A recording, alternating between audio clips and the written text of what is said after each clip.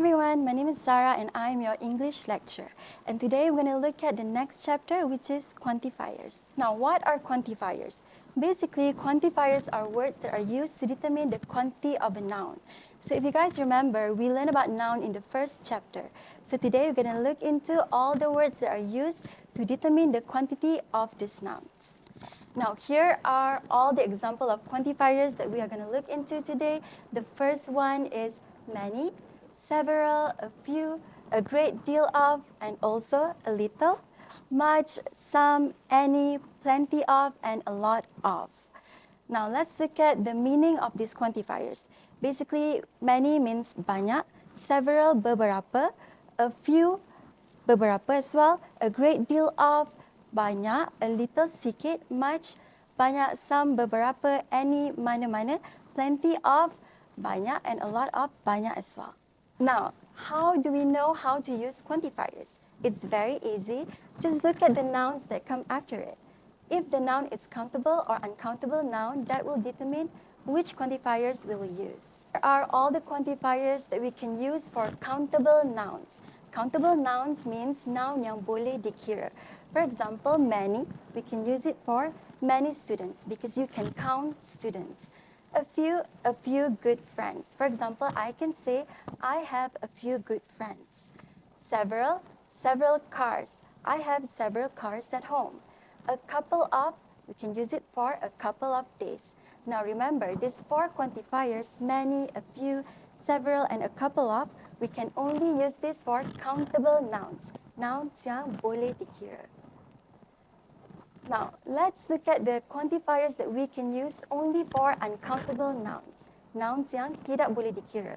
So, we use much, a little, a great deal of for uncountable nouns. Look at the example there. Much money or much petrol.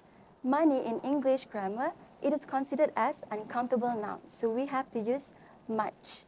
Let's look at the second one. A little sugar. Now, you cannot count sugar, so we're going to use the quantifiers for uncountable noun such as a little. For example, you can say that I need a little more sugar in my coffee. The last one is a great deal of. So we use this for nouns such as time. Time is also considered as uncountable noun in the English grammar. So you can say, I have a great deal of time to deal with the issue. Now, let's move on to the quantifiers that we can use for both countable and uncountable nouns. For this type of quantifiers, they do not have rules. You can use it for both. Look at the first one, some. So I give two examples there. One is countable and one is uncountable noun. Some books, some salt. You can count books, but you cannot count salt. So you can use some for both countable and uncountable noun. Look at the next one, any. So we use any only for plural countable. Plural means banyak. So it has to be something in large quantity. Any pens, or for uncountable noun, any milk. Sometimes you go to the supermarket, there are different kinds of milk, probably almond milk, cow's milk, and so on. A lot of friends for countable noun, a lot of sugar for uncountable noun. Plenty of chicken wings.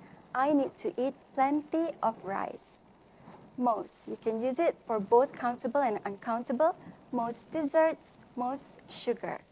And all, same as any, you have to use it for plural countable only.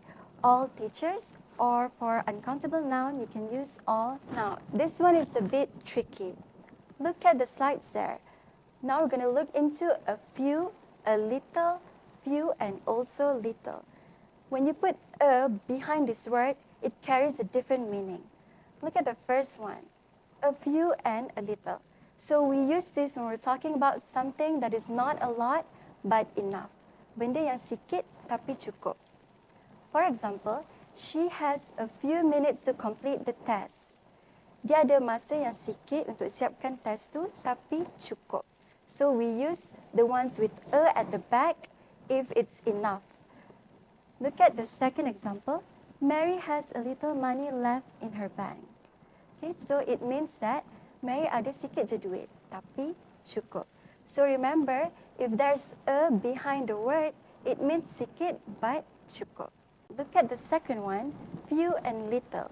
Now this one do not have a behind it. So it means not a lot and not enough. Sikit dan tak cukup. For example, she has few minutes to complete the test. If I say this, students, you only have few minutes to complete the test. Maksudnya masa dah tinggal sikit dan tak cukup. And the second one, Mary has little money in her bank. So when you say this, Mary has little money in her bank, it means that duit dia sikit dan tak cukup. I hope you guys know how to use this correctly. Just remember, the one with a at the back means that it is enough.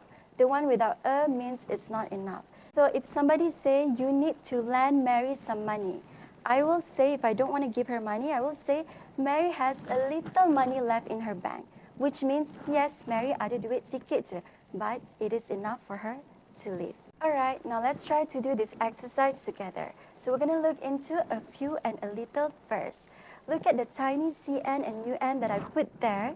CN is an indicator for countable nouns and UN is the indicator for uncountable nouns. So basically, you can only use a few for countable nouns and a little for uncountable nouns.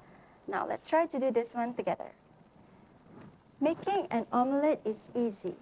First of all, we're going to use a few eggs. Why? Because we can count eggs. So we're going to use the quantifiers for countable noun. First of all, beat a few eggs and a little salt, because salt is uncountable, together in a bowl. Pour the mixture into a hot saucepan. While it is cooking, you may sprinkle a little black pepper and add a few slices of tomato on top of the omelette. So there you have it, how to use a few and also a little. Now, let's look at the second exercise, which is much and also many.